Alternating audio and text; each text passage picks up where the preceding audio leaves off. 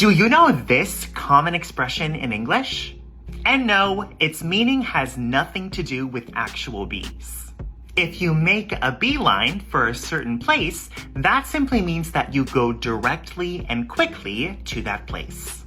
So for example, I could say, as soon as he walked into the bar, he made a beeline for the bathroom. And this means that he went straight to the bathroom quickly because he probably had to pee really bad. But if I can say he went straight to the bathroom, what's the difference between saying to make a beeline for a place and to go straight to a place? Do these two phrases mean the same thing? Well, almost, but not exactly. We often use to make a beeline for when we're walking to a certain place that's not very far away from us. So for example, after walking into a grocery store, a person might make a beeline for the produce department if they need to buy a lot of apples.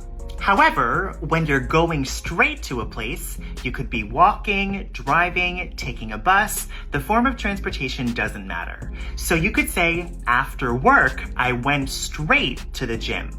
And the word straight here is a very common and informal way to say directly.